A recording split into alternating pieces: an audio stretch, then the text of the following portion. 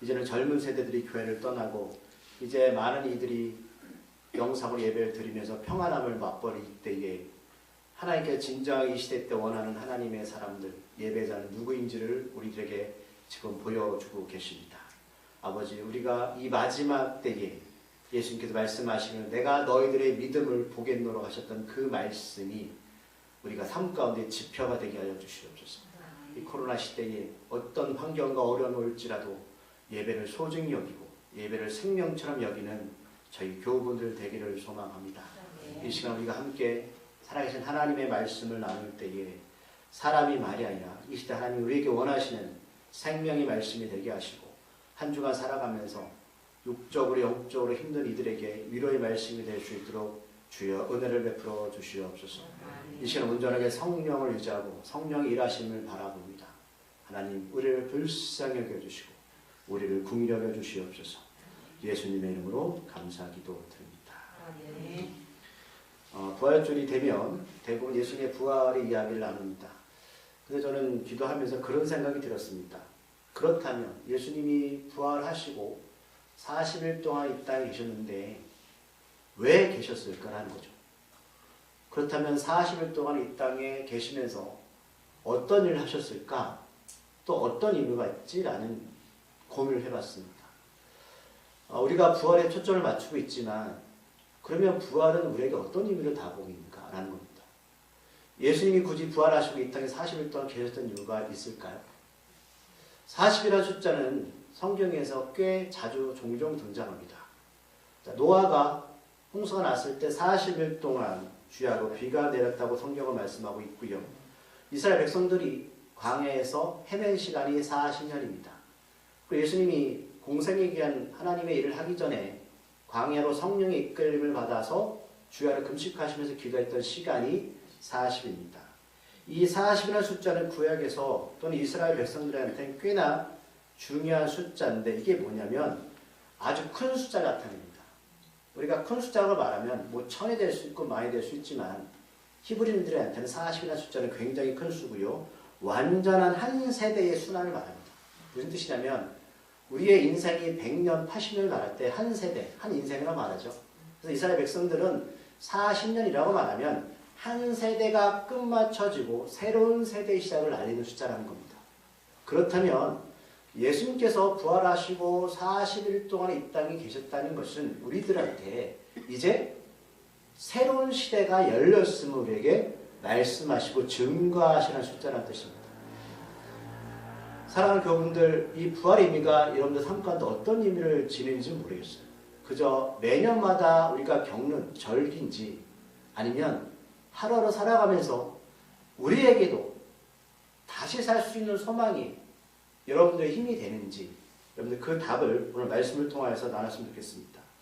우리가 예수 믿고 구원받았다라고 한다면 그것은 끝이 아니라 시작입니다. 예수님이 40일 동안 이 땅에 계시면서 하나님의 거룩한 백성 자녀들에게 나타나셨죠. 자, 예수님이 부활하시고 굳이 그들에게 나타나셔서 내가 왜 다시 살아났고 그렇다면 너희들은 이 땅에서 어떻게 살아야 되는지에 대해서 그들에게 설명한 것은 이 시대 동일하게 우리에게 말씀하시는 겁니다. 너희들이 예수님을 통해서 구원받았다면 어떻게 살아야 될까라는 겁니다. 여러분 그 답을 알고 계십니까? 또는 그 답을 안고 살고 계십니까? 라는 겁니다. 예수님이 40일 동안 제자들과 여인들에게 나타나셔서 하셨던 그 의미가 여기 있다는 사실입니다. 많은 이들은 나는 교회 다니면서 예수님 믿었어 라고 말하지만 부활하신 예수님을 만나고 나서 어떻게 살지에 대해서 고민하지는 않습니다. 교회 열심히 다니면 되는 거 아니야? 열심히 봉사하면 되는 거 아니야? 틀린다고는 아니지만 우리는 본질로 돌아가서 오늘 말씀을 통해서 예수님이 40일 동안 누굴 만났고 또 그들한테 어떤 이야기를 전하셨는지 이 사건을 우리가 전체적으로 볼 필요가 있다는 것이고 하나님은 늘 예수님은 계획 가운데 움직였기 때문에 오늘 이분들을 만나고 이렇게 했던 모든 이야기들은 동일하게 구원받은 우리들, 오늘 부활주의를 만든 우리들한테 너희들이 정말 하나님의 자녀라면 너희들이 정말 구원받았다면 이런 삶을 살아야 되지 않겠니라고 우리에게 대묻는 그런 일들이기도 합니다. 자, 오늘 예수님은 10가지가 넘는 일들을 사람들과 만나시고 말씀하시는 첫 번째, 오늘 예수님은 주일에 일어난 일들을 오늘 우리가 성경에서 찾아볼 수 있습니다. 유대인들은 토요일이 안식일이죠. 예수님은 금요일 오전 9시에 십자가에 못 박히셨고 오후 3시에 운명하셨습니다. 십자가의 처형은 그렇게 쉽게 끝나는 처형이 아닙니다. 하나님께서 이미 계획하셨고 몸이 상하지 않을 거라고 예언하셨습니다. 예수님은 6월절 날 운명하시는 것을 하나님 계획하셨죠. 자, 이것을 몇 번이나 말씀드렸습니다. 어린 양의 표현입니다. 무슨 뜻이 하나님은 항상 계획과 시간 안에 움직이십니다. 우리의 구원 역사도 마찬가지입니다. 자, 그런데 안식일이 지나고 3일째 되는 주일에 무덤가로 찾아갔던 사람들이 있었습니다. 누구입니까? 여인들이었죠. 근데 사람들은 여인들이라고 말합니다. 하지만 성경은 구체적으로 그 여인들 가운데 한 명을 더 말합니다. 무슨 뜻이냐? 수많은 사람들이 있었지만 예수님의 부활을 첫 번째 경험했던 사람은 남자도 아니었고요. 여자들도 아니었습니다. 성경은 마가복음 16장 9절 10절에서 누구라고 말하냐면 막달라 마리아라고 증거하고 있습니다. 수많은 사람들이 예수님을 따랐습니다. 그리고 자살한 가룟 유다 빼고 11명의 제자들은 예수님의 수많은 기적과 표적을 경험했습니다. 그러면 그 수많은 사람들을 제쳐두고 왜 하필 막달라 마리아라는 한 여인이 예수님의 부활 사건을 처음으로 경험했을까라는 사실이죠. 많은 사람들은 그저 부활한 사건을 보았네, 들었네 라고만 생각합니다. 하지만 그렇지가 않습니다. 자, 말씀을 한번 찾아보겠습니다. 누가복음 7장 두 구절만 찾아보도록 하겠습니다. 누가복음 7장 37절 38절 말씀인데 그 수많은 사람들 가운데 왜 막달라 마리아일까요?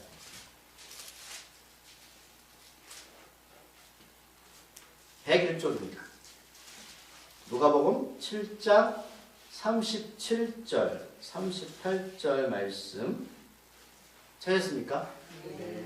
말씀을 함께 읽도록 하겠습니다. 그 동네에 죄를 지은 한 여자가 있어 예수께서 바리새인의 집에 앉아 계심을 알고 향후 담은 옥합을 가져가서 예수의 뒤로 그 발 곁에 서서 울며 눈물로 그 발을 적시고 자기 머리털로 닦고 그 발에 입 맞추고 향유를 부으니.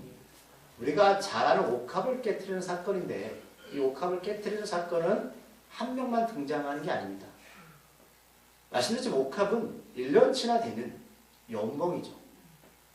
이 여인을 37절에 죄를 지은 한 여자라고 성경은 기록하고 있습니다.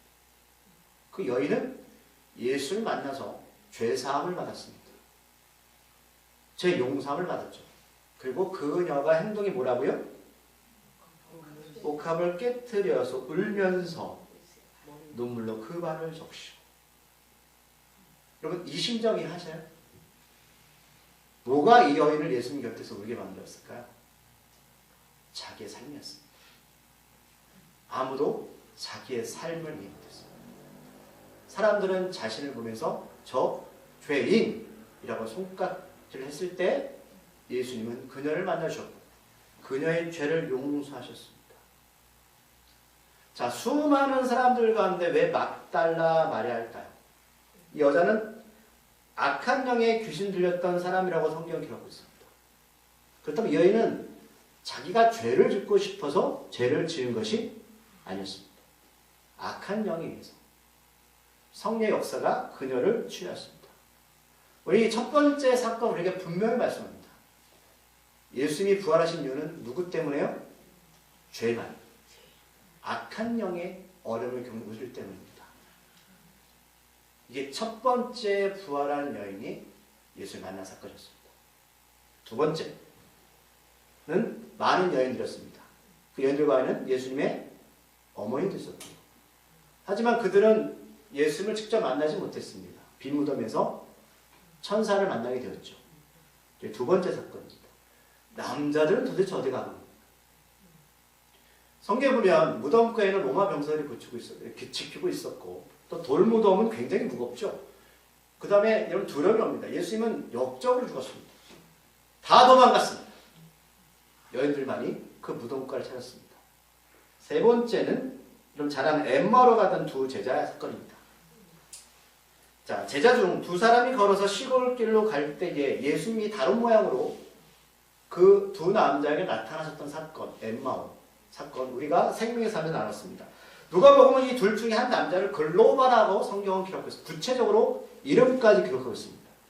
그들의 목적지가 엠마오입니다. 그런데 성경을 보면 이 둘의 대화가 굉장히 서뭅니다. 이들은 예수님을 보았고 들었습니다. 그런데 허탈감에 빠졌습니다. 왜요? 예수님이 십자가에 죽었다. 다 끝났다 합니다. 근데 그 곁에 누가 계셨습니까? 예수님. 그런데 이 두 남자가 예수님을 알아봤습니까? 못 알아봤습니까? 이들은 예수님을 경험했던 사람입니다. 그런데 육체로 다시 부활하신 예수를 왜 못 알아봤을까요? 영이 죽었습니다.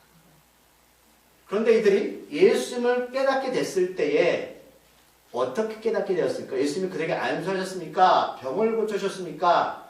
어떤 행위를 하셨습니까? 이야기를 나눴습니다. 대화, 말씀입니다.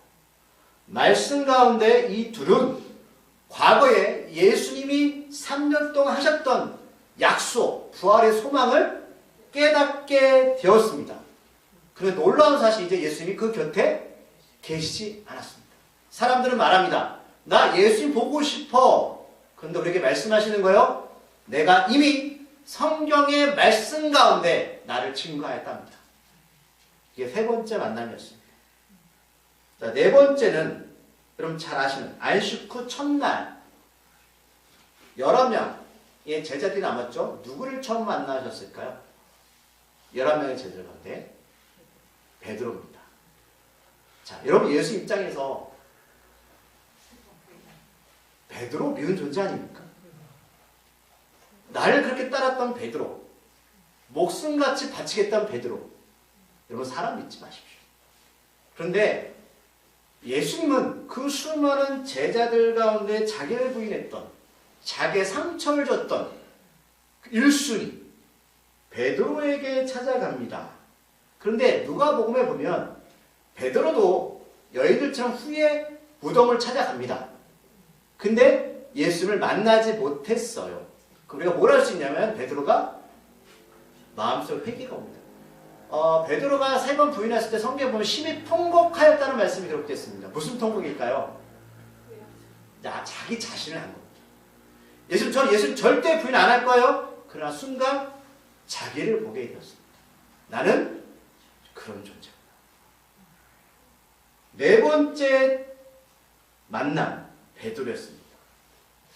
전 이거 보면서 예수님 참 마음이 넓으시죠.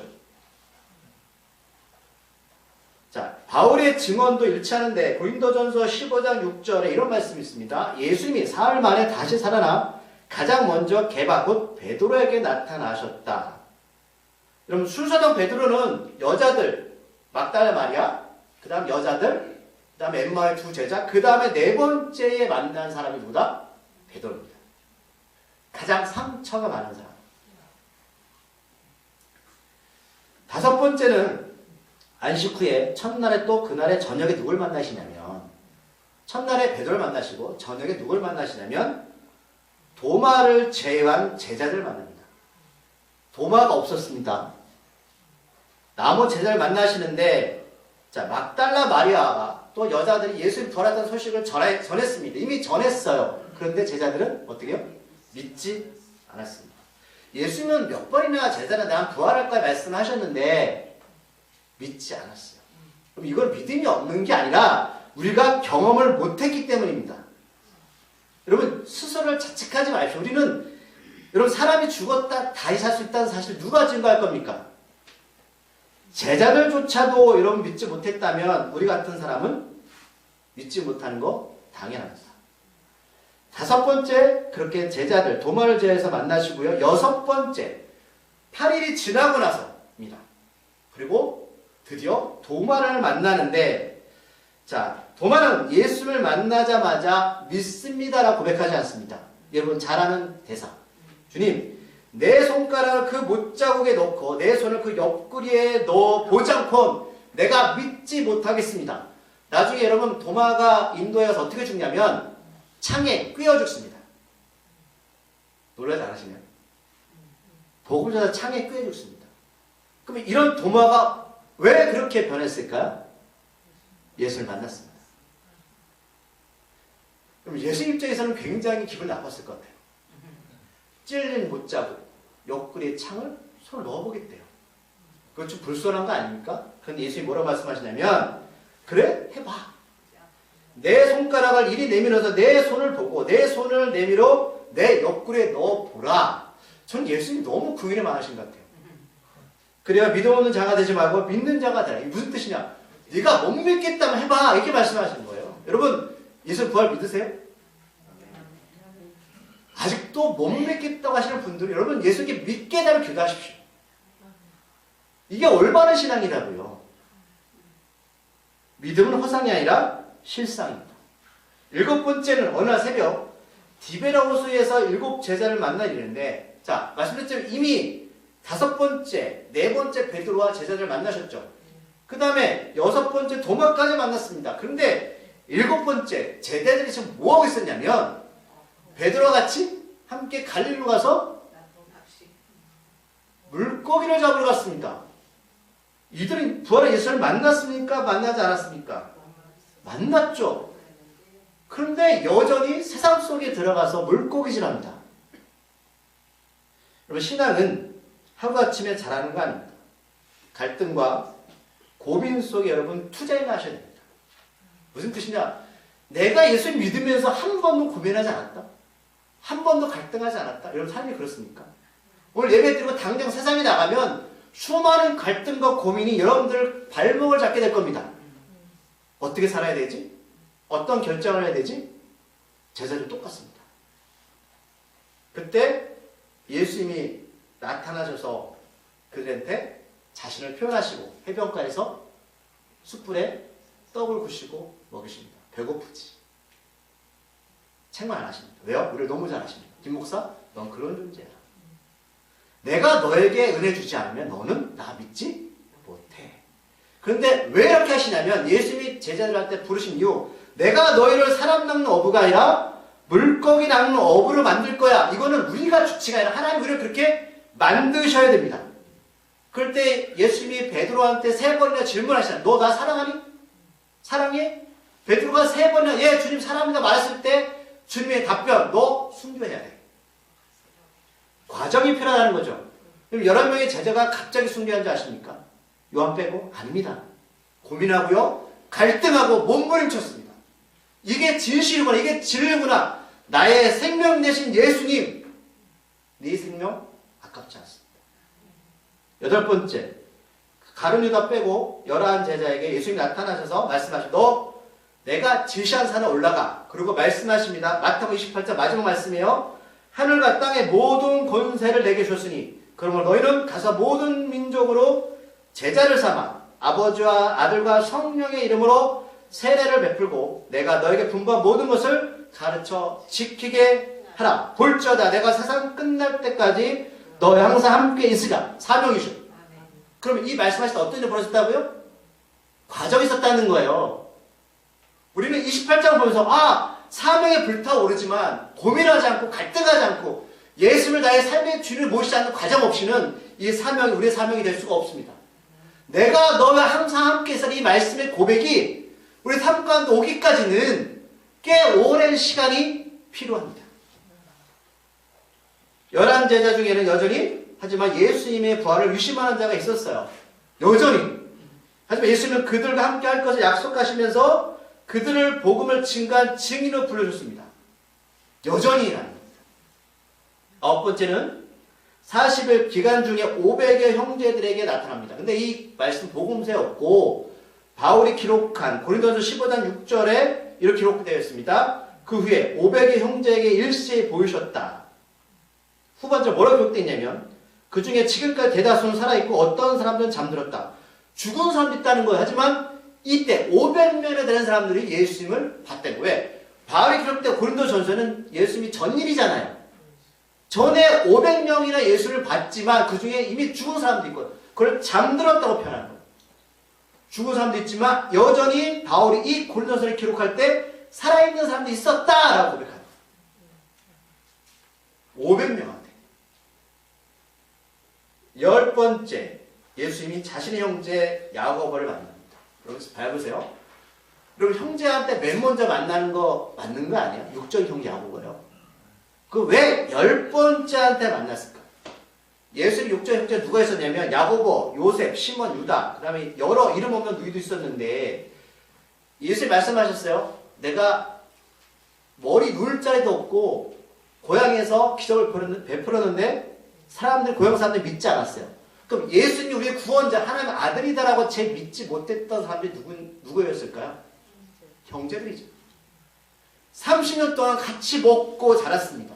근데 예수가 하나님의 아들이라고요.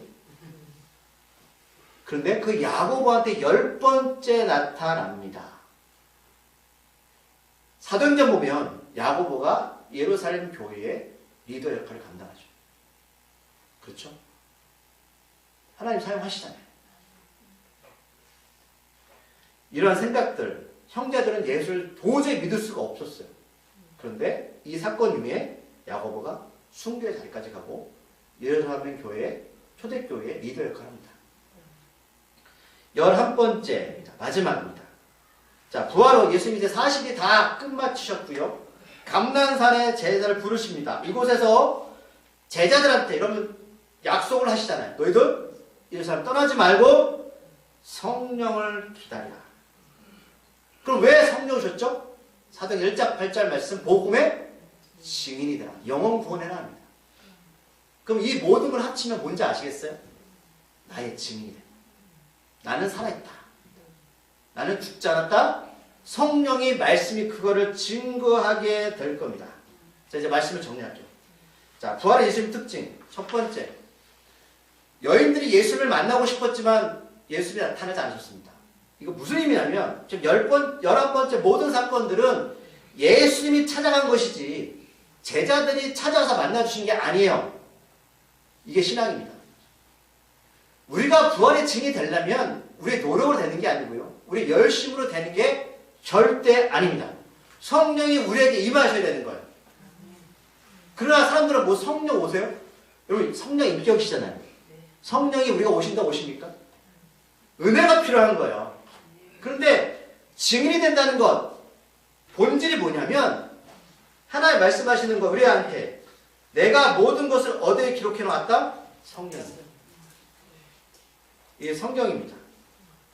예수님은 내가 다시 산 것을 여기에 기록해 놨으니까 마태복음 28장 말씀하셨잖아요. 거기에 집중해라는 말이에요.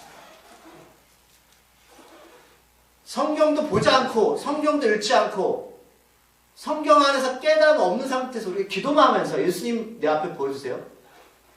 여러분 앞에 좀 말씀드렸지만 제자들이 잘 믿었습니까? 도마가 믿었나요? 뭐 하러 갔습니까? 물고기 잡으러 갔습니다. 주님 우리에게 말씀하십니다. 친히 모여있는 제자 우리에게 말씀하시는 거예요. 모세 율법과 선지자의 글과 시편에 예수님을 가리켜 기록된 모든 말씀이 이미 이루어졌다. 너희들은 뭐냐? 그러면 그들의 마음을 열어 성경을 깨닫게 하고 너희들이 나의 삶의 부활의 증인이 되어라. 내가 너와 함께 있을게. 이걸 말씀하시려고 40일 동안 11번이나 제자들 자신을 따르는 사람들한테 나타나신 거예요. 나의 증인이다. 여러분 부활하신 예수님 우리가 거기에 머물면 안 돼요. 그 과정이 분명히 있고요. 고민하시고 갈등하시고 몸부림치십시오. 안 믿어지시면 안 믿어진다고 말씀하세요. 그러나 거기 멈추시면 안 돼요. 기도로 말씀 가운데 들어가십시오. 성령께서 역사하실 겁니다. 성령이 임하시게 될 겁니다. 여러분들 삶의 증인으로 거듭 역사가 일어날 줄 믿습니다. 기도하시겠습니다. 하나님 아버지 감사합니다. 이 시간 저희들 주님 안에서 부활의 증인이 되기를 소망합니다. 우리 뜻이 아니라 하나님의 살아계시고 역사하시는 예수 그리스도의 그 은혜가 이 시간 넘쳐나기를 소망합니다. 주의 은혜를 베푸시고 함께 하시고 도와주시옵소서. 예수님의 이름으로 감사하기도